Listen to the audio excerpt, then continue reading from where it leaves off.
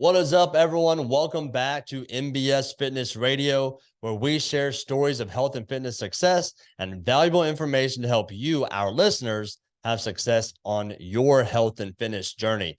Today, I have Angie Foree on the podcast, and we talk all things motivation. We talk about what motivated us to first start exercising, how that's morphed over the years, kind of changing that motivation into more of a foundational why. And we just kind of share some insights into some of the methods that we use to address motivation and help keep us moving forward. I think you're going to love the podcast. So without further ado, let's get to it. Get ready for a no BS approach to health and fitness. This is NBS Fitness Radio. All right, welcome back to the NBS Fitness Radio podcast. I am here with Angie Foree, and our subject for today is motivation. This was one of the highly requested topics that people want to hear us talk about. And notably so, because it's kind of a foundational topic. So we're going to kind of dive down into this a little bit, sharing a little bit kind of our own story, and then also some advice for others as well. So my first question is, do you remember, and if so, what motivated you to first start exercising? Do you remember? Let's see. Do I remember when I was if I was motivated, or what motivated me for starting exercise? Well, the first time I started any type of exercise was softball, and I just wanted to be on the team.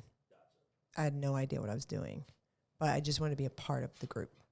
And were the workouts with the softball team? Well, that's all it was just playing softball. Yeah, just actually, I was 10, so yeah, you're just getting out there, practicing and playing. Yeah, doing, no idea what you're really supposed to be doing, but it was part of. Was it more of the game of softball, or was it just like being around other people? I think it was being around other people. I didn't really understand the game. I think it was something to do.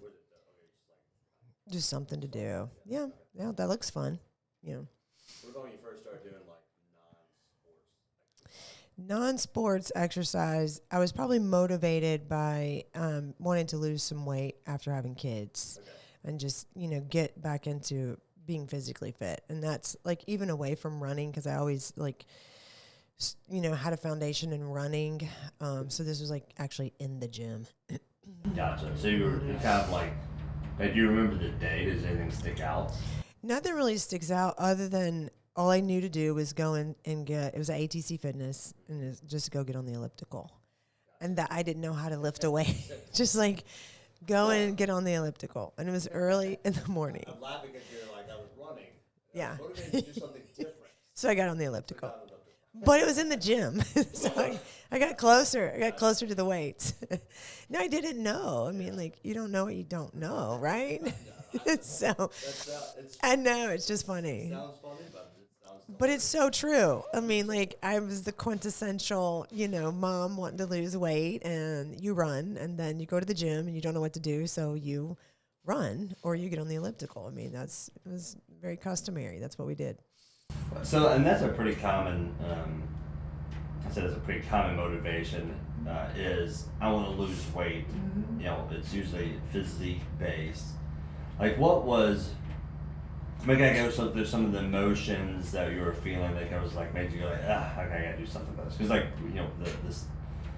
we know that the action is usually motivated by either pain, trying to escape pain or pursue pleasure. So like, what was the emotion, the negative emotion that was associated with all that and made you go, I gotta do something? Yeah, I think it was. There's definitely a negative emotion. And I think for me, it was probably just, I've always been a smaller person, and now I'm like a couple of years, after I'd had my son, and I've gotten rid of most of the weight, but my body didn't feel like it used to, And so I just remember looking in the mirror and not recognizing my body anymore. And I was like, okay, we can do something about this. Yeah. Or like, what is going on with my butt? I used to have a butt. It's gone. What is happening? So it's definitely physique, oriented. You're like, oh gosh, I know when I used to look like this and now I don't. I have to do something. And so that's probably what is the motivating factor for most people. Yeah. I first started exercise. So I first started exercising, like purposely training, not just sports, in the summer of 6th grade, the summer before 7th grade, somewhere in there, turning 14. And what motivated me was similar situation. I was physique based. I was tall and skinny, and I remember constantly being told how tall and skinny I was. Yeah. Like, just like every day, someone commented, "Look how tall you are! Look how skinny you are!" That kind of thing. And not liking being called skinny. Right. Being called skinny felt like a negative term being told to me. So did you feel like that was associated, like skinny was associated with weak to you? Yeah, I think like around that time, I would have been in the late 90s. So you had like Arnold, and you had Sylvester Stallone and Jean-Claude Van Damme and G.I. Joes, and like everything. You had Sammy Sosa and Jack baseball players. So like, I think as I was kind of like looking at like, okay, what are men supposed to look like? I'm also coming into like teenage years, kind of trying to figure this out. And so many changes. Yeah, and it was kind of I was like, I don't want to be skinny. I don't want to be big and strong. And then for whatever reason,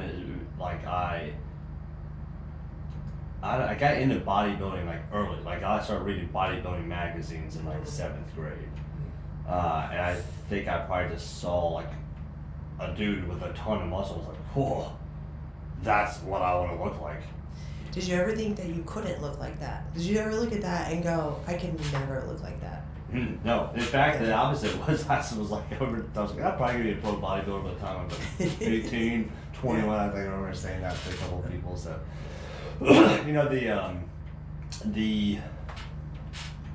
it was physique based. I mean, like it was motivation through physique. Like, I don't want to look like this anymore. Right.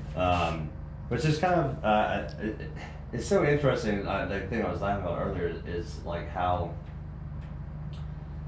that's almost everybody's like kind of motivation. And it is kind of funny because like in the fitness industry, we kind of like try to push people away from that, and we're like, you gotta find a deeper why. And I think all that is true, but it's something to be said that most everyone who comes into the gym is motivated by, I want to look a certain way. Yeah, I can't recall anybody that I've spoken to in the last, 15 years that wasn't part of what they wanted for themselves. I just want to look better. Yeah. And I kind of I've been going on this topic lately in my social posts. It's like, is there value in, should we be motivated by the way we look? Like, is there value in that? And like, it's I think it is a bit of a seesaw in the sense that like, form follows function a lot of times, and like the way we look is a representation of the actions that we have taken. Right. And so, it's one of the few ways that that people can see the positive actions that we have taken. Now, it's also a very slippery slope if you find your self-worth in how you look, right, in clothes or clothes off or your bikini or whatever it be. That's a slippery slope, and I think a lot of people, I would say that's a great initial motivation, right, but eventually, as you kind of immerse yourself into the world of exercise and fitness, it probably needs to be anchored to some other stuff pretty quickly. Yeah, I think you have to find a balance there. Like, I can look good and feel good about how I look, but also, am I functioning well? Have I gone too far over on one side? I think we probably have a world of people who have, and now it's how do you get back from that? You've been a bodybuilder your whole life, Do you stay a bodybuilder? Do you finally like take a step back? You know, I don't know. Yeah. And I would also say, I think like I think it makes well, people kind of dip their toe in. They're like maybe see someone on Instagram, and they see themselves, and they kind of like making this comparison, and they say like, oh, well, I want to be healthy and fit, or should they say, I want to look a certain way. So they kind of dip their toe in, and then when they hit a struggle point, then it makes it really easy, because it's such a poor foundation. They kind of write it off and go like, well, that's just not for me. I'm not totally focused on the way I look. You know, that kind of thing. Yeah. You know, and what they've done is they set the foundation for why the exercise is only physique based. So then it makes it really easy to be like, that's just not me. I'm not into how I look. I don't care if I got a little you know, extra around the midsection. Yeah. And then, you know, then it's hard to kind of like then tie that back or pull it back when I was like, you know, well, that was a bad foundation. There's a lot of other reasons you should exercise other than that. So how has like your motivation changed over the years? I think that for me, exercise is just part of who I am. I don't think that I need motivation. Like it's ingrained in me. It's like into my entire like neurological development anymore. And that's what we want people to get to, where it's just this automatic response. Like even going through injuries and things like that, it's like I still have to exercise. I still have to find a way. But let me ask you this. Are you completely unmotivated and you're just a robot doing the things? Or like... No, I get motivated by challenges. I like small challenges, you know. Of course, coming back off injury, everything right now is hard, you know, coming back. But so anytime I can find a challenge that motivates me a little bit further and to do a little bit more. But I think my baseline is always there. My baseline of exercise is always there. And so I don't think that I'll ever deviate from that. But I will have like seasons of maybe more motivation, like as we get closer to, you know, summer, you know, maybe I, you know, do some different things because I want to look a certain way through the summer.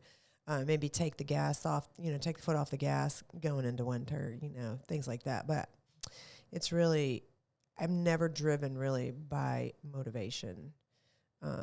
I don't think I am.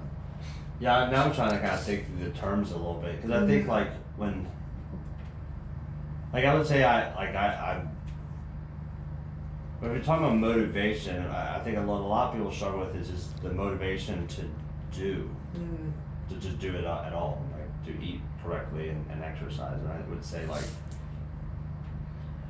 it's like at this point I got 2.5 decades of basically following a nutritional program and exercising every day. It's not like I really struggle so much to take the action. Like there's days where I don't feel like doing it, but the difference is it's like this is the way I know how to live life. Like right. like it's not like I've meal prepped or like I've had a nutritional approach, like a performance and physique based nutritional approach since 7th grade.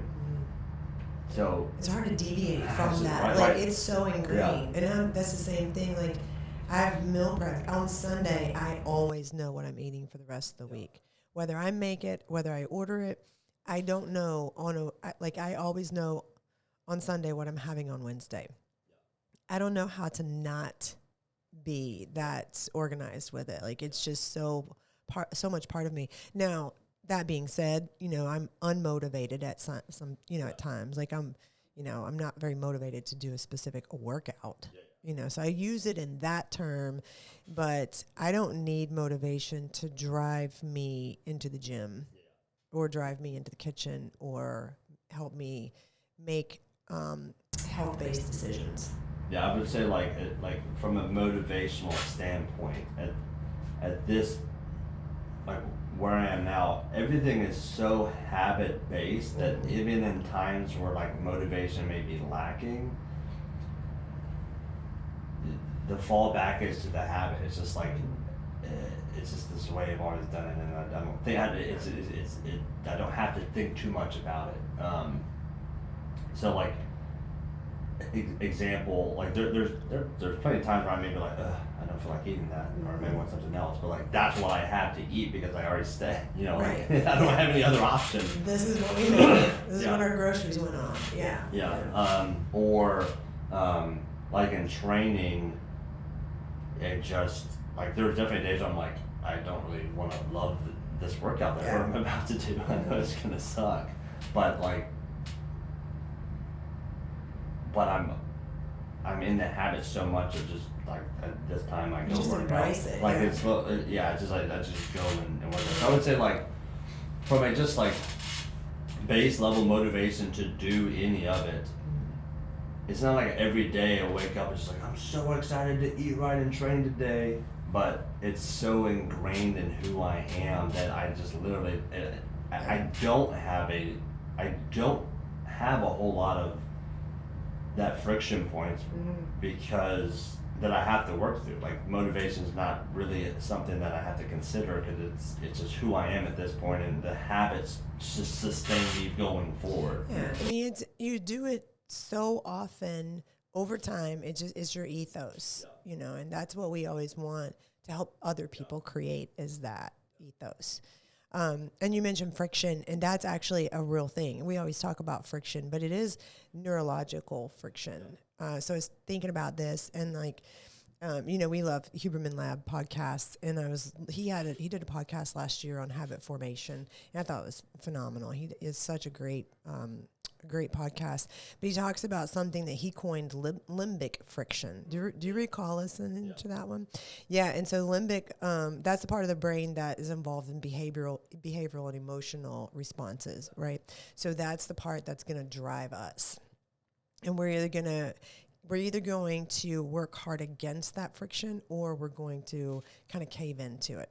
So we're somewhat wired to get unmotivated before we even get motivated because of this limbic friction that exists in us. So it's like that being two parts. One of them is you lack motivation. The other part is you lack the focus. And so like with those two combined, then you know, if you can try to find motivation, but if you get unfocused, then that's going to throw you off. That's that limbic friction being too much for you to really overcome. And so I think like motivation is great, but it's not standalone. Yeah, so I think like when I think about like ourselves when it comes to motivation and kind of comparing that to people who just maybe start out from strong, it's like, well, we've established the habits that allow us to continue the path a little bit easier. But what we then do is what kind of helps continue us down that path, I would say, is like continuing to set goals. And so like part of the habit is the daily habit of, you know, I do these tasks of meal prepping or going to the gym, waking up, and so on and so forth. And there is also the habit of goal setting, goal planning, goal accomplishment, and getting in that continued rhythm. Right. Because I would say that like over the years, like having experienced different training methodologies, like one thing that's kept me motivated to keep going forward is like I like to get better at things. Right. And I've had enough opportunities to like set a goal, take the actions, hit that goal, that felt good, now I want to keep going. And so then that's also a bit of a habit or ritual or like momentous kind of has a momentum based effect where it's just like I always, literally since day one and going forward, have goals. Right. I've yet to just kind of like go, my Just goal show is, up. yeah. And so I do think that that's helpful is to because I think when you're talking about motivation, like you need to have some type of clear picture as to like what is it that you're trying to accomplish and be able to see the end impact of the actions that you've taken. Well, you have to visualize it. I mean, you even have to start with the visualization at the point of like just going and getting into your car. Yeah. You know, like starting it there. Yeah. And because now like our neurons fire and they're firing for us to do the things that we've always, done.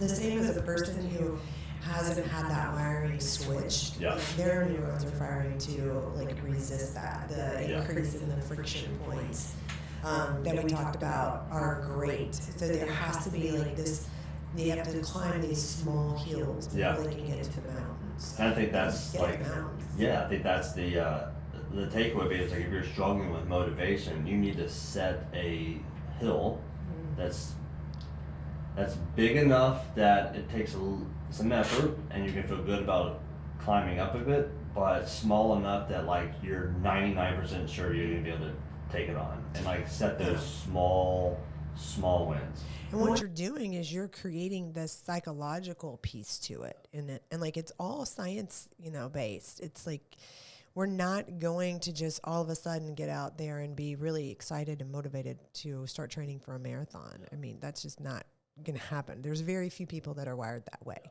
very few. And the ones that are already like immersed fully into training. Or the flip side is I see plenty of people who are like super motivated to, in one instant, to run a marathon. Right. Yeah. Do a little bit of training for it and then we're done. We're done. That's the next big, crazy challenge. But I think like, visualizing your movements forward, your forward momentum. Like I'm gonna visualize myself getting into the car, going to the gym, actually walking into the gym. Like those are little things that add up. So eventually you don't have to visualize that piece of it. It becomes neurologically, ingrained in you.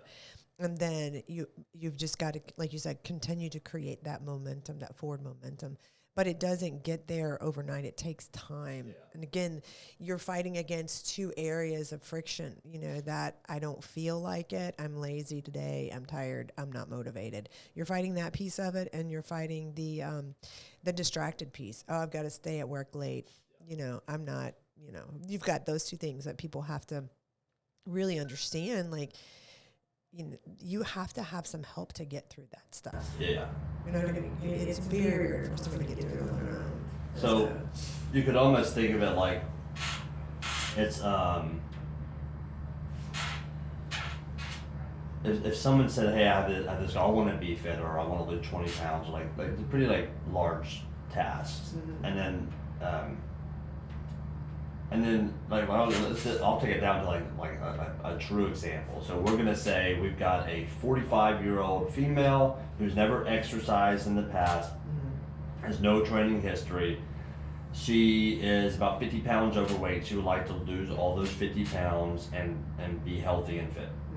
And so she was like, what is it going to take for me to lose this weight and be healthy and fit and have kind of the body and the physique and the performance that I'm looking for? And we might say, you can probably lose the 50 pounds in the next year. Right. You would need to train 4 to 5 days a week, and you need to follow a nutritional protocol that and you need to be able to follow that about 90%.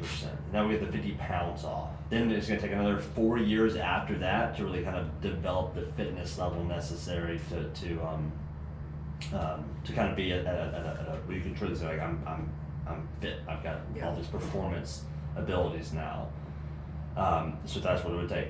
Basically 5 more years of 4 to 5 days a week training. And so that's an elephant, right? Yeah, but that's way too much. So much time. So we can't set that as like even as motivated as you might be right now, I'm gonna stick to it. Like we know that you're gonna hit friction points along this way, and that it's likely that those will knock you off. So then like we literally need to just keep breaking that down into the smallest possible step that we know that we can win. And so that step that we know we could win could be something as simple as like 1 day a week, you're gonna come to the gym and you're gonna train for 30 minutes.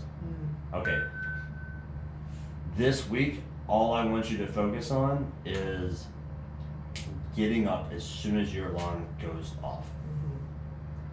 Getting into the car. Yeah. And then we would set tasks, habits, things in place to help that person better achieve that task.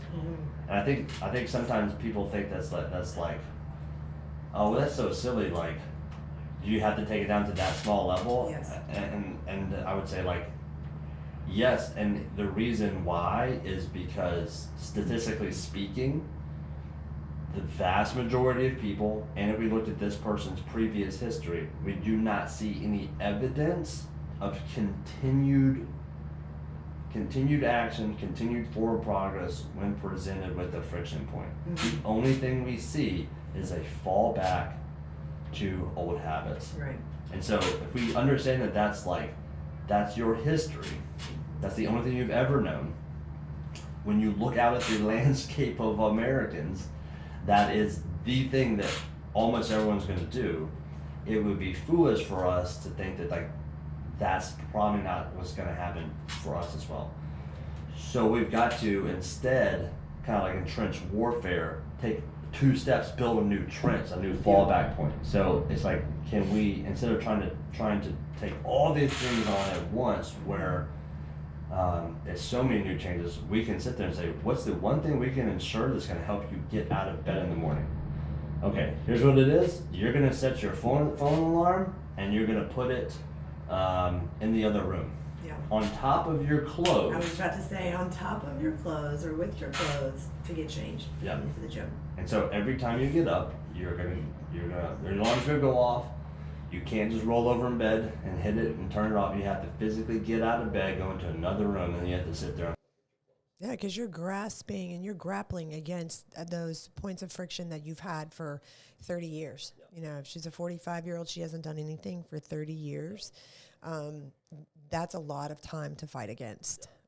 But once, if we give that like 2 to 3 weeks of like, okay, now you've done this, that's a new trench line. That's a new fallback point. Now we don't have to overcome. We don't need to be motivated to get up in the morning anymore. It's now just part of our routines and habits. And it's like, well, what's the next thing that we can do to implement? Well, maybe let's implement a nutritional strategy. Maybe it's just have a protein shake before you wake up in the day. And then now your protein shake gets added onto your clothes pile. Yeah. And so now you've got another step. And I think that's what people, sometimes when they kind of look at where they are and where they want to go, and they see this giant mountain, and that's the part where it's like, well, I'm not motivated to do that. And so, of course not. No. We've got to focus on step 1. Yeah.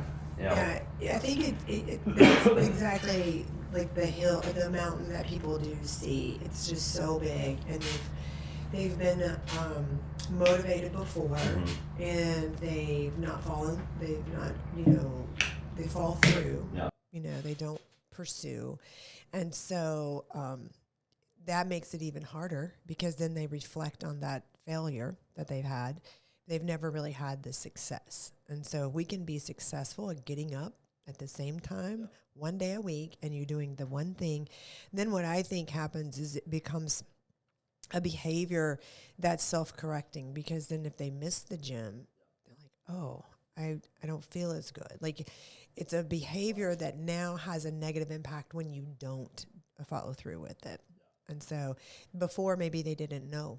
They didn't know that there was this negative impact that was going to happen if they didn't go to the gym. And now they've recognized, oh, I feel better when I do this. I don't do it, I don't feel as good. Yeah. I think like we were talking about kind of like finding a why or establishing a why. And I think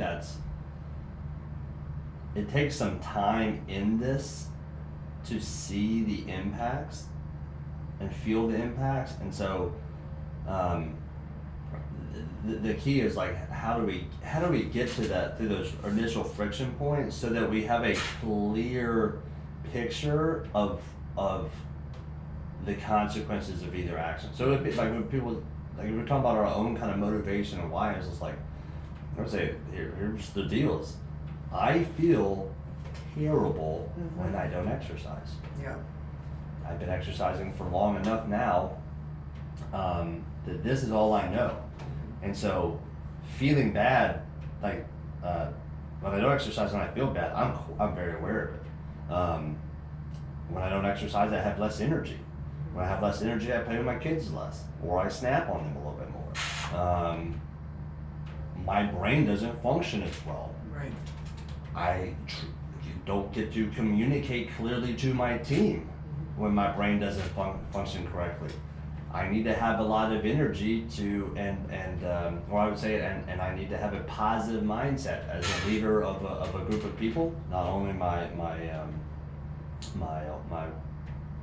co-workers at NBS, but I have to lead my family, and so I have to put a buffer in there to prevent myself from falling off the ledge, potentially mentally, emotionally. I can't afford to get depressed. And so, like, having done this for 2.5 decades, I immediately feel the negative impacts of not exercising. Oh, for sure. And so when I go like, well, what's your why?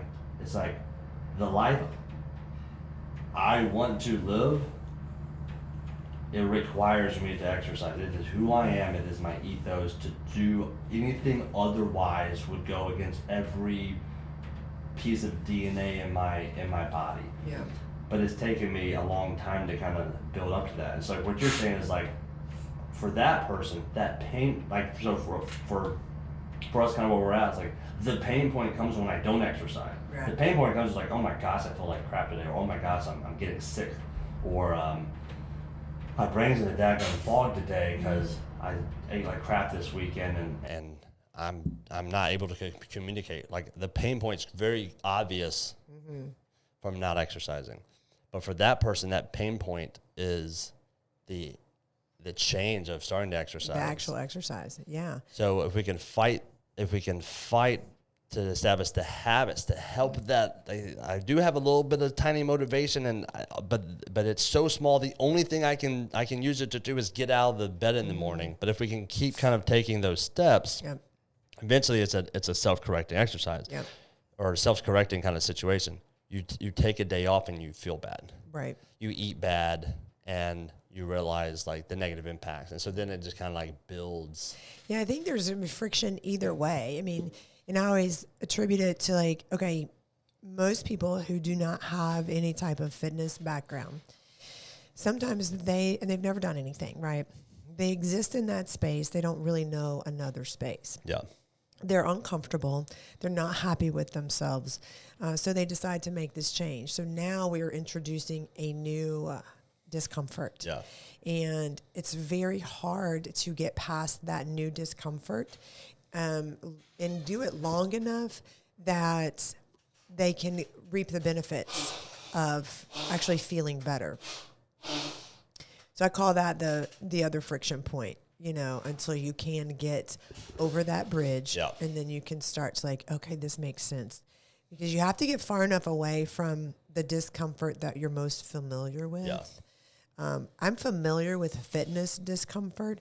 I don't like discomfort of not working out. Yeah. I had to like not do anything for several weeks after surgery recently. I went a little bananas. Like I was like, I gotta do something. I can't not do anything. So it was like first 2-week checkup with my surgeon, and I'm like, okay, here's my list. What can I do? And he's like, literally nothing. You've got to let your body heal. So I don't like not being able to move my body, but some people just have never experienced the positive effects of that on their bodies. And so, and that's if we can get them out, and I always say people get in their own way. If we can help get them out of their way, help them manage that limbic friction, that they're hitting up against until get to that point of feeling better, doing a little bit more. But it takes time. It takes a lot of time. So it's just basically you're trying to kind of leverage these little small wins each day to kind of like finally build the habits. So let's talk about maybe some like true like tips on how to kind of like leverage those daily wins. Like maybe some things that you've seen work in your life and or your clients' lives. And like I was just thinking of one, which is kind of a small one, but like I always put my training in my calendar. So it's always in my calendar. I'm not going to say that I never move it, but it would have to be a real big thing for me to move it. And then when I move it, it still just takes up another spot in my calendar. It's not like I delete it. It just goes from 12 o'clock to 1:30 if it has to, you know what I mean? Yeah. But it's in my calendar where I can see it. No one can put an appointment on top of it. Correct. Yeah, it's set apart. That's the way mine is. It's set apart. I recently started coaching noon classes on Monday again, and I realized I don't have that set apart now, my training time. So I was like, I've got to reset my calendar on Monday because I was working out at noon. Now I'm coaching noon, so I need to get that in at 11. Yeah. So if I don't put it in there, it doesn't happen. I'm not any different, you know. It's not for lack of desire. It's often just the day gets past me, and I'm like, what? I didn't even work out today. What happened? And so, like, it's definitely scheduling it. Yeah, I think this, like, having it in your calendar is obviously, by doing that, you're saying, this is important to me, and I'm setting time aside to get it done.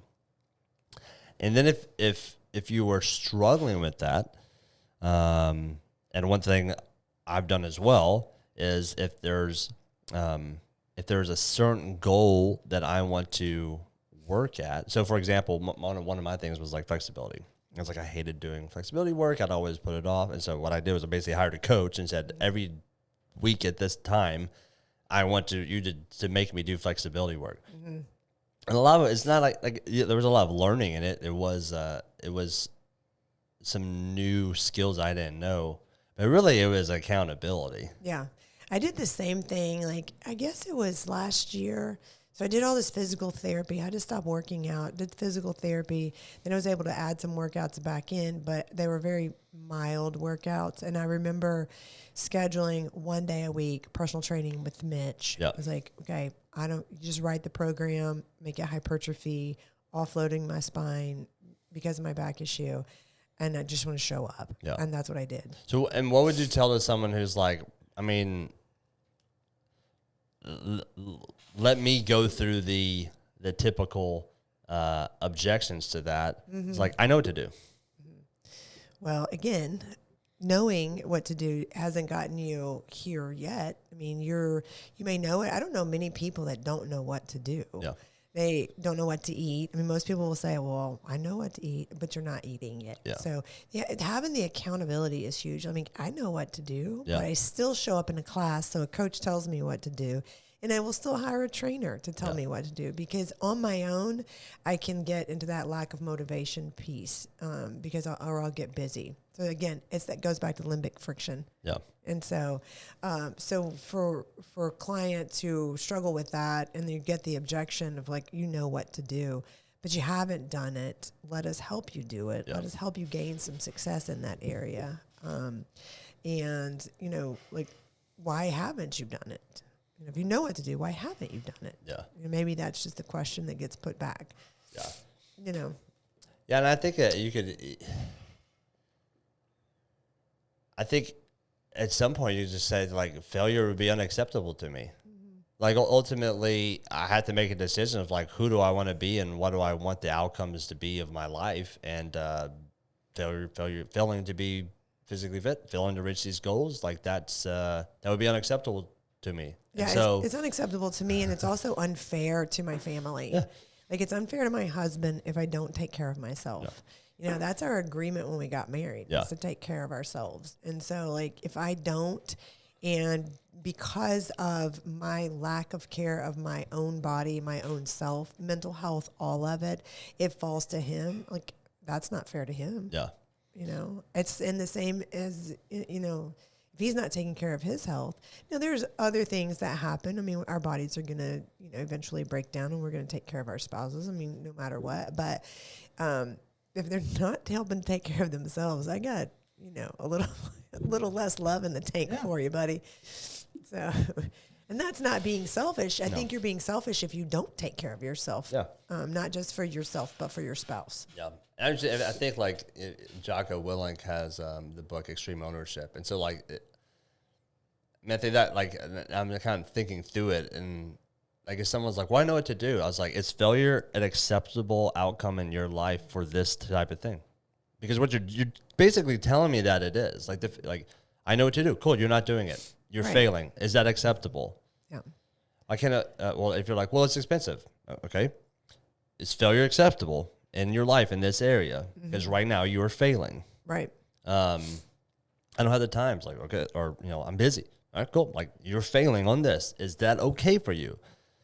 Because ultimately you can say like, because the ultimate truth statement would be like, no, failing is acceptable because that is the truth. Because right now you are failing. Yeah. If it's unacceptable, then we need to do the things to put in place. And I think that's like, we had to tell that to ourselves, even as trainers. It's like, this is unacceptable for me to fail. If I'm not currently going and training, then what I need to do is pay someone to hold me accountable. Yeah. It doesn't matter if I know what to do, I'm not doing it. Right. It doesn't matter if it's expensive. I need to invest in the things that are important to me. It doesn't matter if I'm busy. I need to define time and invest my resources into doing the things that are important to me in life. Yeah. And so that's, instead of putting that by taking ownership of it, as you're saying like, no, this is a solution that I must solve, and what do I need to do to solve that, versus putting the versus failing to take ownership or failing to take responsibility for the solution by saying, I know what to do, or I'm too busy, or it's expensive. It's like you're putting the responsibility of success or failure on an external thing, which is a cowardly way of approaching life. What are some other? So we've got like, obviously we put like, hey, it's a defined time. I said hire a coach, but I think that does a couple of things. One, it helps with accountability. Yeah, that's what I was going to say too. Like as coaches, as trainers, as being in this industry, that doesn't mean that we're above all of these other, issues. It means that we've created a longer life of this ethos, but it doesn't mean that we don't get sidetracked by life, ourselves. So I think we're just, we know that, and so we implement these safety nets for ourselves. And so but I don't think we're any different than anybody else. No, we still have this. We're still having to manage resources of time, money, energy, all that kind of stuff, and balance it into like the rest of our lives. Well, and we struggle with that limbic friction just the same. Especially with getting distracted. I think that's easy if you don't have it in your calendar. I'm not coaching a class. If I don't have it in my calendar, I'm likely going to be distracted. And then like at the end of the day, be like, oh crap, here we are. And I got to, hustle and do something. And so I don't think we're exempt from any of those issues whatsoever. I would say we're probably, I would say this, like earlier in my career, I think being a coach made it even harder because I almost was blind to it. Like I was, because I was in it all day, every day. Yeah. I just,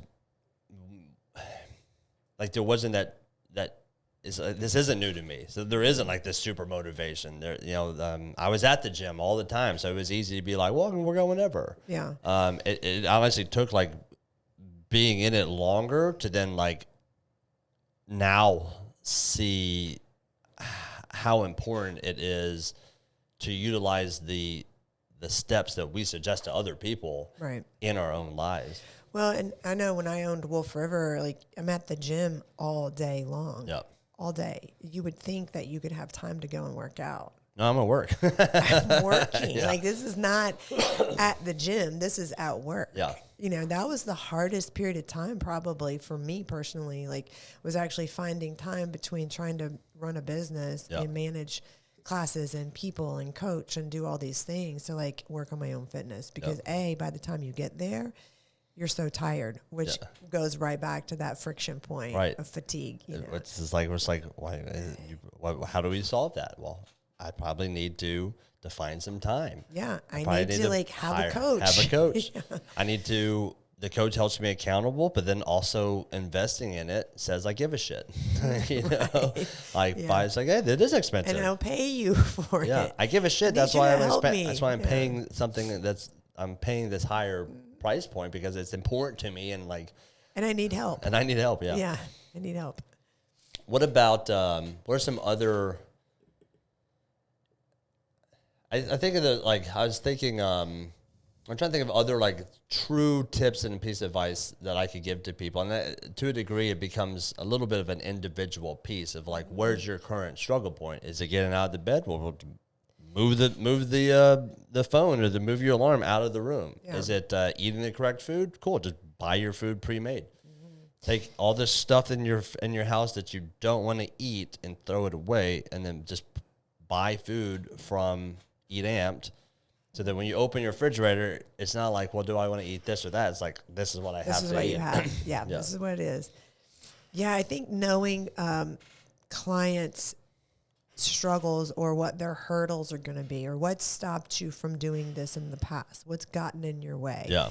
Is it work? Is it kids? I like to know those things on the front end and then help them navigate them as they come up because they 100% will come up. Yeah. It's going to be kids. You're going to go to class, then you're going to come to class before they even have to get up. Yeah. You and your spouse are going to tag team the kids in the morning. And that way you're done for the day. You're ready to go. And again, then we hit another friction point. Well, I don't usually get up this early. Okay, well, we're going to do it twice a week. And we're going to see if we can manage that. Yeah. Just small steps. People want to take giant leaps and you set yourself up for failure instead of success when you just take a big giant leap. Yeah. Got to be small baby steps. Yeah, I think you're right. So much of it is individual, although a lot of individuals have their own unique, a lot of individuals have their own non-unique struggles that we all have. Yeah. Waking up early is a struggle that most people have. Generalized across the board. Yeah. But the biggest thing is what having a guide helps you with, I think gets you out of that mindset of no, here's this wall and I just can't get over the wall. Yeah. It's something they're no, we can get over that wall. Here's how we're gonna get over that wall. And I'm gonna walk with you over that wall. Let's go. Yeah, and that gets you again into that momentum and builds a habit of realizing that all problems have solutions. Every struggle point is just a solution away from being figured out. Yeah. And so then you get good at overcoming walls. Yeah, so you learn to build your own, toolbox of doing it. Yeah, you're I'm gonna start traveling a little bit more. Cool, no big deal. I'll figure it out. I'll figure out a way to train and I'll figure out a way to eat right while I'm traveling because this is what I do and I've solved problems in the past. Yeah. I got a schedule change. I can't train 12. I gotta get up in the morning. Cool, no big deal.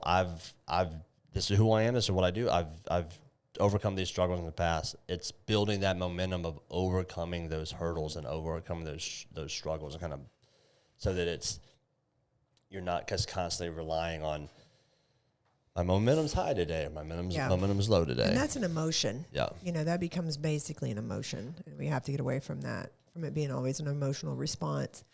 And I think celebrating those little wins, I don't think people feel good about celebrating themselves. Yeah.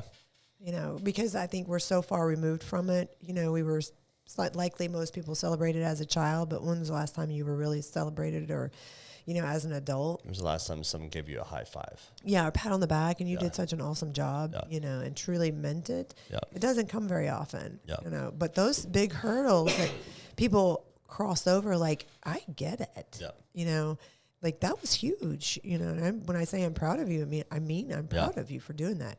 I've had clients tell me, if I wasn't meeting you at the gym today, I wasn't coming. Yeah. But I didn't want to stand you up because I didn't want you to jump on my case. Yeah, and I was like, that was a wise decision. Yeah. And that's why we're here. Yeah. And that's why you're one of my best clients. Yeah. It's you recognize that in yourself, and that's important. Yeah. I think the whole theme is motivation is going to come and go. You have to set yourself up where the pain point of not doing what you want to be doing is greater than the pain point of, I don't know if I said that right. You have to set yourself where the pain point of doing the right thing Yeah. is less than the pain point of doing the wrong thing. Right. That makes sense. Yeah, yeah. It makes sense to me. Yeah. Everyone knows what I was trying to say. We know what we're talking about. Yeah. So we set up those pain points by like being like, crap, like my alarm goes off in the other room. I'm going to have to sit here for 30 minutes listening to an alarm. I'm not going to get any sleep. So screw it. I'll go ahead and get I'm up anyway now. Might as well go. I'm going to have to let someone down and not show up to train today. So I might as well go to train. Yeah. You know, like you set up those pain points so that your emotion in that instant is triggered to go in the right direction. And that's really just overcoming that friction. Yeah. It's just overcoming it little by little, because really, you know, it becomes this mental component that you have to be stronger, and you have to get to the point where you can become stronger than those pieces of friction, than that fatigue that, you know, always wants to overcome you. You then overcome it. And those are real things, and they're neurologically driven. Yeah. And so, and you know, they're not automatic, but they can become automatic. Yeah. It just takes a lot of time. It can take, there's no real, I was thinking about this too, like how long does it take to create a habit? There's no real answer to that. It could take, I think the statistics are like, it could take, I think it's from 3 weeks to 280 days or something like that, like generally speaking. Yeah. So there's not like, if I go to the gym for the next, 3 days a week for the next 3 weeks, that's locked in. Likely that may not be the case. But that doesn't mean like people are like that in all facets. Like if you're struggling in one area, that doesn't mean they struggle in all the other areas. It's just like there's, I think exercise tends to be the most that obviously we see because we're in this business. But in generally speaking, if you look at our population of people, they struggle with that, friction the most above other things. And so, but it can be overcome. Yeah, 100%. Yeah. Gradually. Yeah. What would you say, or what are your general thoughts on like New Year's resolutions or New Year's goals? I actually really like New Year's resolutions and New Year's goals. I think it's a great jumping off point. And there's nothing wrong with them, but the problem is there's often no follow through. Mm-hmm. And so it's kind of like motivation will get you in the gym, but it won't keep you in the gym.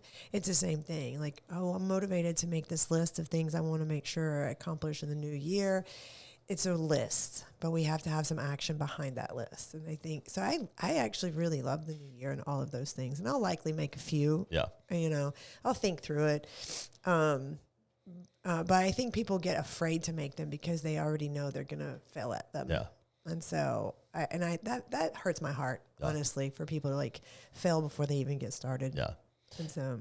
Yeah, I was like, whatever your reason for doing good things, I don't care what it is. I don't care if it's the new year or it's in the middle of July. Like, I'm excited. Let's go. Yeah, if you're like, hey, I want to start exercising, cool. I would just say like, building off of what we did up to this point, like set yourself up to succeed. Right. By following the steps that we've kind of laid out versus just kind of arbitrarily saying like, well, I want to lose 30 pounds and like having no real plan of action to ensure that happens. Yeah. And I think, the gyms will be filled with people who have the motivation to get up and do it, and that it'll wane over just a few weeks. And that's terribly sad to me, That should be an indication of like, okay, like what's our kind of, as humans, what is kind of our base instinct when it comes to these types of things? So like, you should be aware of that ahead of time and go ahead and, address it. Yeah. I don't, and some people I don't think know how to address it. I think we get into this space of people don't know what they don't know. Yeah. Maybe they're just, destined to be in a gym, or they feel like they are, and it's like trying to go there and get on the elliptical, just like I did for so long.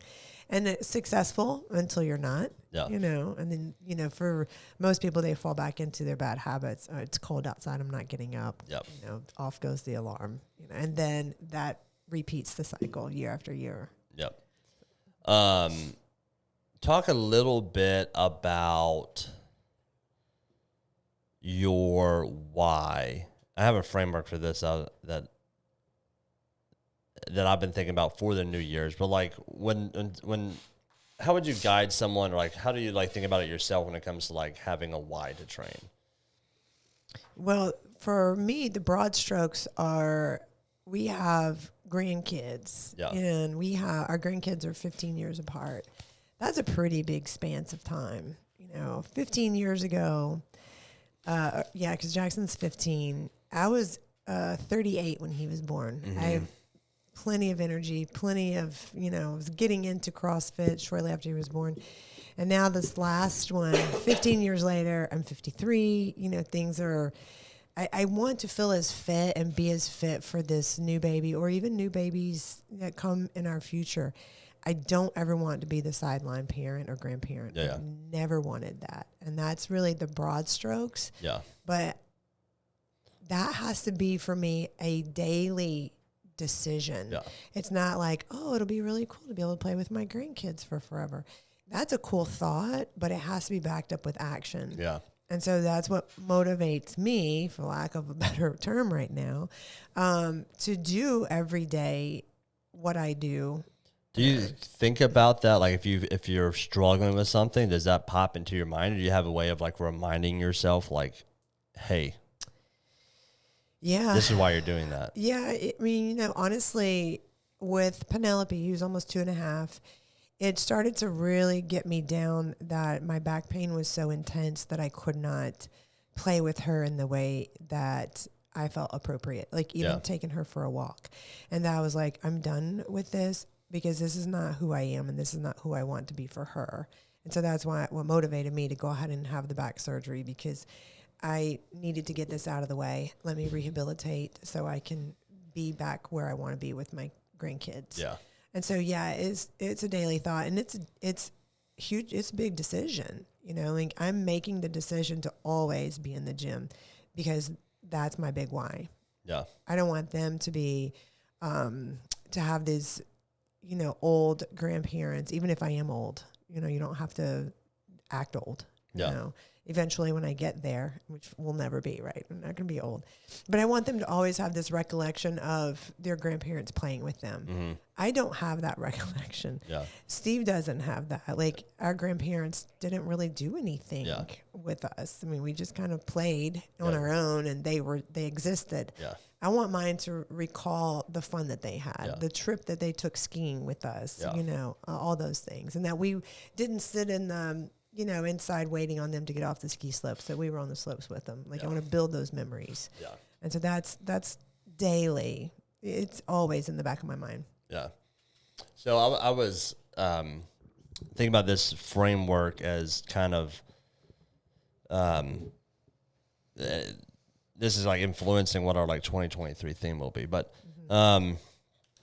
it's kind of the idea. Well, I called it like having an investor's mindset versus a consumer's mindset. Mm-hmm. And so, like an investor's responsibility is to steward the resources they've been given properly to grow, grow those resources for the better good. And then, and we said like, well, what are resources? It would be time, money, energy, and then time, money, like mental health, energy, and then like the way to consider. So when we look at that, we go, okay, like as a consumer, we would just say, well, what's the today's exchange of value? Like this exchange of energy, this exchange of time gets me what, right? But as an investor, what we need to consider is not just today, but the long-term effects of this. And then not only just the, what I call first order effects, how does this affect me? But then the second order effects, how does this affect other people, the people closest to me? And the third order effects, how does the effect on them affect people outside of them? Right. And so like,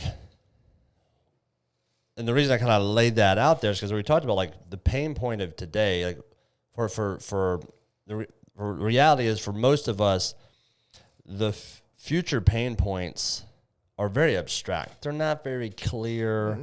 And so it's hard to really kind of make decisions today that are best for the future, because that future is a very abstract, unclear future. And so what we'll do is make decisions today that we know essentially like probably aren't good, but they aren't good for the future us, but they address the pain or pleasure point for today us. And we just see that play. I was like, well, why are most people, why is such a large percent of their population overweight, does not exercise regularly, and does not eat right? Like, we know that that's not good for long-term you, right? But today you, it feels better, right? Same thing with like indebtedness. Like, why do people continue to spend more money than they have coming in? Well, it's because today's pain point is less clear about like the future debt and how that's going to impact me. That's not that clear, but today I know I want this thing. Yeah. And you've heard the phrase like, I'll worry about that later. Yeah. I'll worry about that later. Right. Yeah.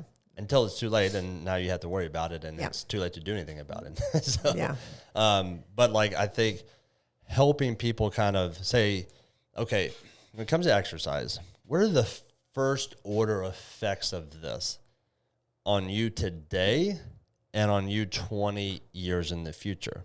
So let's kind of play that out. Like, by exercising today, I'm going to have more energy. I'm going to feel a little bit better about myself. And then what's that look like 20 years in the future? Write it down. Make it clear. Write down what 20 Angie plus 20 is will look like and feel like. What would their life be like from doing that? Yeah. Now do that for second order effects. What is you exercising today? What's that impact on your family? What's the impact on your friends, your coworkers, all that? What's that impact look like 20 years from today? By you living the example for your kids, what does that look like for them? By you now having a little bit more energy and a little less, being a little bit more active with them, how does that play out 20 years in their lives? Okay, now let's take third order effects. And if we kind of lay that out, now we can get a little bit stronger why.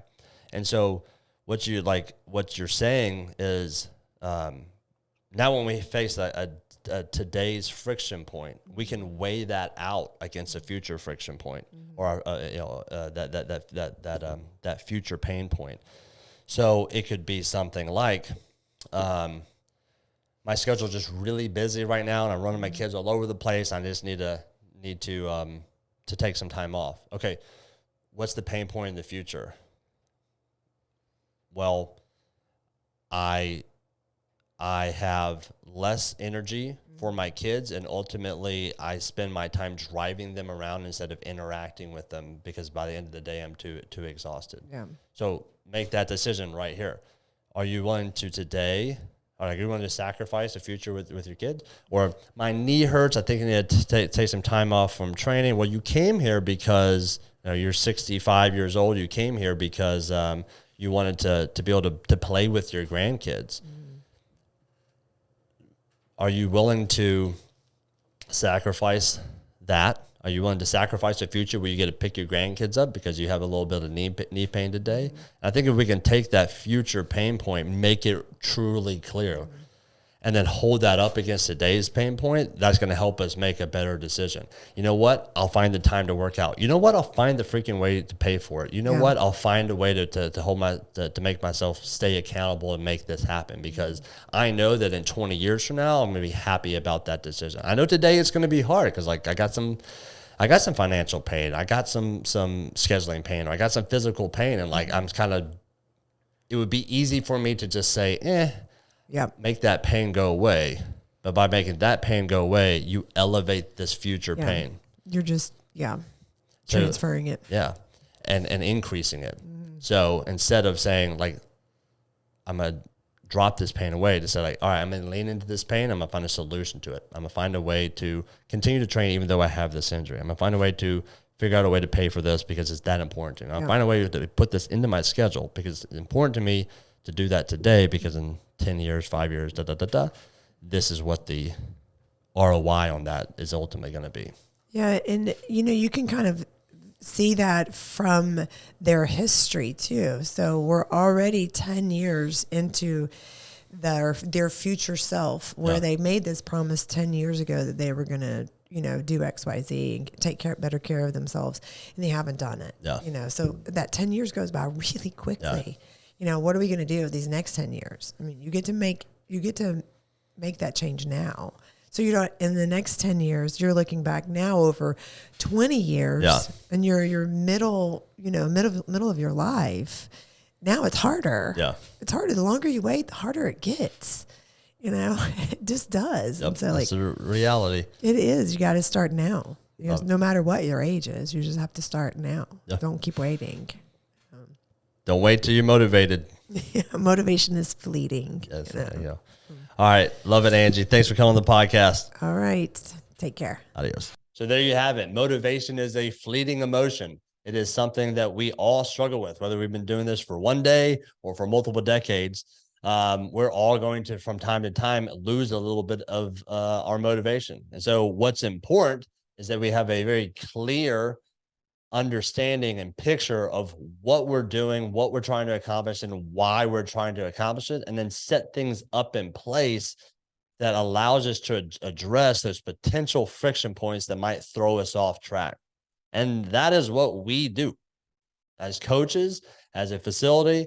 Our job is to help people overcome those friction points. So if you're someone who is lacking motivation and needs help, please reach out. You can go to our website. It is nbsfitness.net. That is nobsfitness.net.